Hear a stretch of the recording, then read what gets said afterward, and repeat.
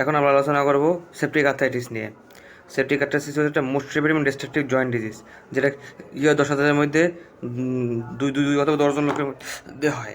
এবং যাদের ক্ষেত্রে 10,000 যাদের মধ্যে আগে জয়েন্ট ডিজিজ থাকে এবং জয়েন্ট রিপ্লেসমেন্ট করা হয়, এক্ষেত্রে সমস্যা থাকে। এবং সেপ্টিক আর্থ্রাইটিস কাতিক হয়, এটার মরবিডিটি অনেক বেশি এবং এর মর্টালিটি অনেক বেশি, এবং 10% ডিজিজের ক্ষেত্রে এই ধরনের লোকের সেপ্টিক আর্থ্রাইটিস হয়। এবং সবসময় যাদের অ্যান্টিমাইক্রোবিয়াল থেরাপি দেয় তাদের 10% ক্ষেত্রে এটা চান্স থাকে। এবং রিস্ক ফ্যাক্টর কী, যাদের বয়স বেড়ে তাদের হয়। এখন আমরা আলোচনা করব প্যাথোজেনেসিস কী, সেপ্টিক আর্থ্রাইটিস কেন হয়। যাদের হেমাটোজেনাস স্পেস, মানে হেমাটোজেনাস যদি জীবাণুটা যায় কোথা থেকে, ইনফেকশন অফ দ্য স্কিনে এবং আপার যদি ইনফেকশন হয়। ইনফেকশন যদি ডাইরেক্ট পাঞ্চার থেকে হয়, ওন থেকে এবং জয়েন্ট এক্সপ্রেশন থেকে হইতে পারে। এই কিছু কিছু কিছু রিস্ক ফ্যাক্টর থেকে কী হয়, এজ বাড়লে হয়, প্রি এক্সিস্টিং জয়েন্ট ডিজিজ থাকলে হয়, কারো যদি আগে রিউমেটিক আর্থ্রাইটিস থাকে, ডায়াবেটিস ম্যালাইটিস এখানে হতে পারে, ইমিউনোসাপ্রেশন এখানে হতে পারে, এবং ইন্টারভেনাস ড্রাগ মিসইউজ এখানে হতে পারে।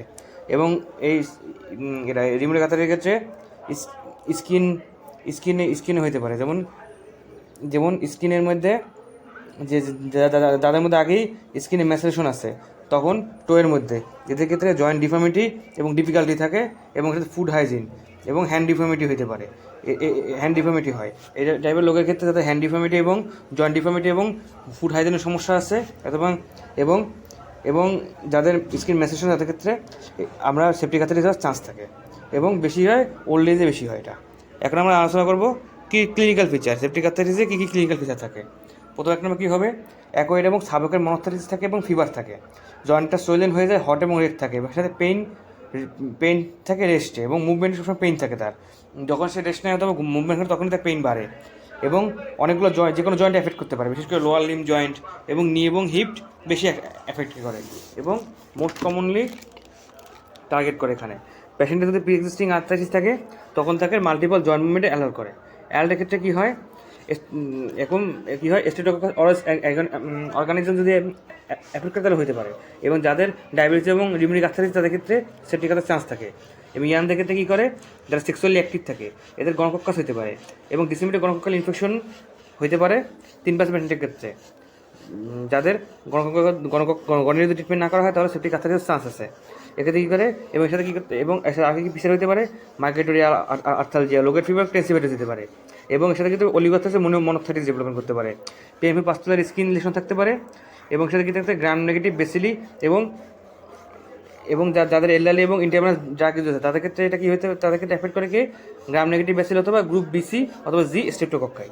এর সাথে স্ট্রেপ্টোকক্কাইটিস কী হতে পারে, গ্রুপে স্ট্রেপ্টোকক্কাই দ্বারা হতে পারে, নিউমোকক্কাই এবং মেনিনজিওকক্কাই এবং হিমোফিলাস ইনফ্লুয়েঞ্জা দ্বারা হওয়ার সুযোগ আছে, সম্ভাবনা আছে। এখন আমরা দেখব জয়েন্ট এবং ওল্ড এজ জয়েন্ট এবং বোন ইনফেকশনটা কীভাবে হয় সেপ্টিক আর্থ্রাইটিস থাকলে।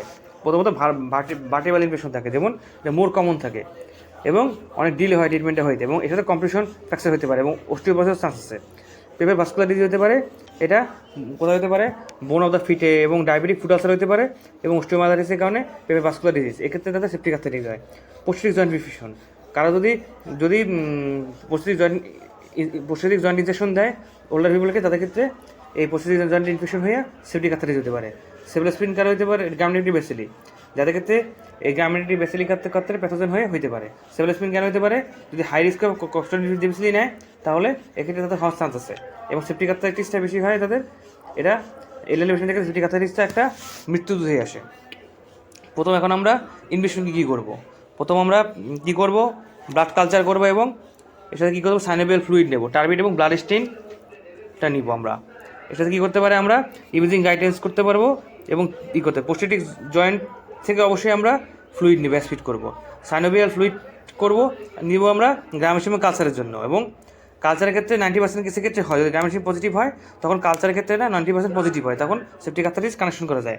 এখানে কী করতে হবে, সাইনোভিয়াল ফ্লুইড কালচার দিয়ে আবার করা হয়। এটার ক্ষেত্রে কী করতে পারে, 30% গণকক্কাল ইনফেকশন হওয়ার চান্স থাকে, এবং এবং এর সাথে জেনিটাল ট্র্যাক্ট ইনফেকশন দেখা যায়, ইনফেকশন হবে, এই জন্য আমরা সেখান থেকেও কালচার করব। এর সাথে কী করতে পারে, আমরা লিউকোসাইটোসিস দেখা যাবে, এবং ইএসআর বাড়বে এবং সিআরপি বাড়বে। এক্ষেত্রে কী কী থাকতে পারবে, ইমিউনো কম্প্রোমাইজ পেশেন্টের ক্ষেত্রে আমরা যেহেতু তাদের ক্ষেত্রে এই ESR বা CRPটা পাওয়া যাবে না, এবং যদি এবং কিছু করতে হবে আমরা CRP এবং ESR নিতে পারি, বা যখন আমরা ট্রিটমেন্ট নেবো তখন অবশ্যই আমরা CRP এবং ESRটা টেস্ট করবো, যাতে করে তা এটা মানে ট্রিটমেন্ট নিতে সুবিধা হয়। এখন আমরা ম্যানেজমেন্ট কীভাবে করবো, ম্যানেজমেন্টে আমরা কীভাবে ফার্স্টে কী করবো, প্রথম পেশেন্টকে অবশ্যই হসপিটালে ভর্তি হতে হবে। কেন? পেন রিলিফ করার জন্য এবং প্যারান্টাল অ্যান্টিবায়োটিক নেওয়ার জন্য, এবং ফ্লুক্সেসিলিন দেবো 2 মিলিগ্রাম আইভিতে দিব, চারবার করে দেবো এটা। এর সাথে যাদেরকে এবং এটা যাদের স্ট্যাফিলোকক্কাস এবং স্ট্রেপ্টোকক্কাল ইনফেকশন তাদের ক্ষেত্রে ভালোই কভার দিতে পারবে। এর সাথে কী করতে হবে, আর কারো যদি মেথিসিলিন রেজিস্ট্যান্স স্টেফিলোকক্কাস অরাইস থাকে তখন ভ্যানকোমাইসিন সবসময় ইউজ করতে হবে এটার জায়গায়। আর কারো যদি গ্রাম নেগেটিভ হয় তাহলে জেন্টামাইসিন ভ্যানকোমাইসিন সবসময় ফার্স্ট লাইন ট্রিটমেন্ট হিসেবে ইউজ করতে হবে। সেফালোস্পেসিফিরিম গ্রাম নেগেটিভ থাকে অবশ্যই এটা অল্টারনেটিভ হিসেবে ইউজ করা যায়। বা সমস্যাটা হলো তাদের ক্ষেত্রে ক্লস্ট্রিডিয়াম ডিফিসিয়াল ইনফেকশন হওয়ার চান্স থাকে, 65 বছরের উপরে সেফালোস্পেরিন প্রযোজ্য না। এক্ষেত্রে অ্যান্টিবায়োটিক চুজের ক্ষেত্রে আমরা অবশ্যই পেশেন্টের বয়স দেখবো এবং কী কী অর্গানিজম আছে অর্গানিজমটা অবশ্যই দেখবো। আমরা মাইক্রোবায়োলজিক্যালি কিছু পরীক্ষা করতে পারি, যেমন দেখা যাবে যে কারো যদি কেউ যদি আইভি ড্রাগ ইউজ করে বা কেউ যদি আইভি ড্রাগ ইউজ করে বা ইন্টেন্সিভ কেয়ারে থাকে, এক্ষেত্রে অবশ্যই কোন অর্গানিজম রেজিস্ট্যান্স হয়েছে এটা অবশ্যই আমরা দেখব। এবং এরপর দাদা কী করবো, আইভি অ্যান্টিবায়োটিক দেবো 2 সপ্তাহ পর, এবং এর সাথে ওরাল ট্রিটমেন্ট শুরু করবো বাকি 4 সপ্তাহে। তারপর জয়েন্ট অ্যাসপিরেশনে অবশ্যই করবো আমরা, যখন লাস্ট নিডেল ওয়ান্স অথবা করবো। এর সাথে এরপর এগুলো যদি পসিবল না হয় তাহলে আর্থ্রোস্কোপি এবং ওপেন সার্জিক্যাল ড্রেনেজ করবো। রেগুলার প্যাসিভ মুভমেন্ট সবসময় করবো এবং অ্যাক্টিভ মুভমেন্ট সবসময় করবো যখন কন্ডিশনটা তার সেফটি কাছে এস্টাবলিশ হবে। এটা কী করবে, ইনফেক্টেড পোস্টিরিয়র জয়েন্টে কী করবে, অর্থোপেডিক টিমের দ্বারা তারা ম্যানেজমেন্ট করবো। আর যদি কারোদের প্রলং অ্যান্টিবায়োটিক ট্রিটমেন্ট এক্ষেত্রে ইফেক্টিভ হয় এবং যদি প্রলং অ্যান্টিবায়োটিক টিক দিয়ে যদি পোস্টিরিয়র জয়েন্টের সমস্যা হয়, প্রলং অ্যান্টিবায়োটিক কাজ না হয়, তখন আমরা কী করবো, প্রসিজার রিমুভ করে দেবো ইনফেকশনটা দূর করার জন্য। এখন আমরা আলোচনা করবো কীভাবে এমার্জেন্সিলি ম্যানেজমেন্ট করবো সাসপেক্টেড সেপ্টিক আর্থ্রাইটিস।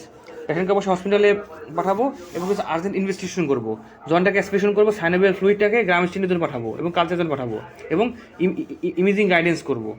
এবার কী করবো, ব্লাড কালচারটাকে করবো, রুটিন বায়োকেমিস্ট্রি এবং হেমাটোলজি করবো।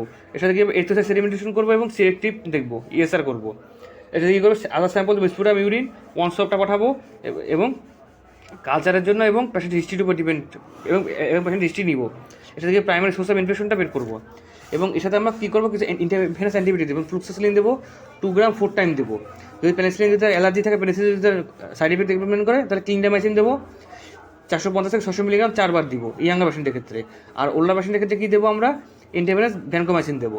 আর যদি হাই রিস্ক যদি গ্রাম নেগেটিভ সেপসিস থাকে, তাহলে আমরা কী করবো, আইভি জেন্টামাইসিন দেবো 4 মিলিগ্রাম পাচ্ছে 1 ডেতে, এবং ভ্যানকোমাইসিন দেবো 50 থেকে 1000 মিলিগ্রাম টয়েস দেবো। পেন রিলিফ করাতে কী দেবো, ওরাল ইন্টারভেনাস অ্যানালজেসিক দেবো এবং আইস প্যাক দেবো। এবং অ্যাসপিরেশন জয়েন্ট কী করবো, নিডেল অ্যাসপিরেশন করবো যাতে করে ড্রাইনেস হয় জয়েন্টের জায়গাটা, এবং কী করবো, অ্যাথ্রোস্কোপিক ড্রেনেজ করবো যদি নিডেল অ্যাসপিরেশন করতে না পারে। এতে কী করবো, কিছু ফিজিওথেরাপি করবো, যেমন তার রেগুলার বেসিক মুভমেন্ট করবো এবং অ্যাক্টিভ মুভমেন্টগুলো করবো, যাতে করে পেনটা কন্ট্রোল হয় এবং পেনটা কন্ট্রোল করা যায়। এবং যদি ইনফিউশন করা যায় তাহলে ডিস্টার্ব আর আসবে না। তাহলে আজকাল আলোচনা ছিল এতটুকুই পর্যন্ত, সেপ্টিক আর্থ্রাইটিস নিয়ে আলোচনা এতটুকুই পর্যন্ত ছিল।